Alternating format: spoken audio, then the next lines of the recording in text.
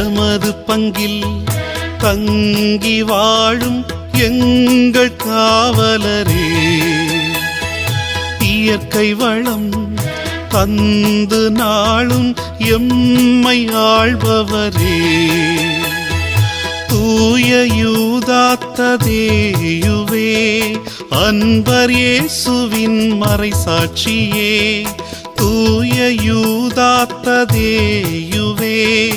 அன்பர் இயேசுவின் மறைசாட்சியே, வளமை வலிமை வாழ்வில் நிறைக்கும் இயேசுவின் திருத்தூதரே.